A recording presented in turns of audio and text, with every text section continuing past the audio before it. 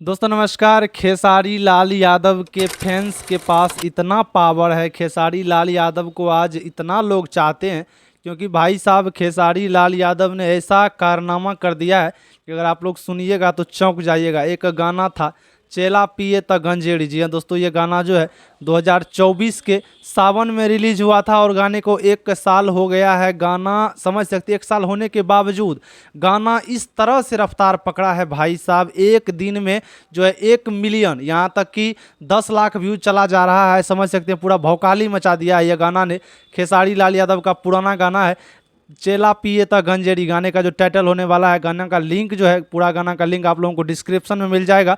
Description से आप लोग जाकर गाना सुन सकते हैं। दोस्तों गाना में जो एक्टिंग की है वो चाहत सिंह और खेसारी लाल यादव, भाई साहब गजब तरीके का एक्टिंग किया है। पूरा HD क्वालिटी का वीडियो है, आप लोग एक बार जरूर आकर देखिएगा। आराध्या फिल्म्स पर यह गाना अपलोड हुआ और एकदम भौकाली मचा रहा है, पूरा सिस्टम के चक्का को जाम कर दिया। अब की बार फिर सावन में यही गाना बजेगा। खेसारी लाल यादव और शिल्पी राज के आवाज़ में ये गाना गाया गया है, तो आप लोग सुनिए, ढेर सारा प्यार दीजिए और डिस्क्रिप्शन में लिंक है, गाना को वायरल कीजिए।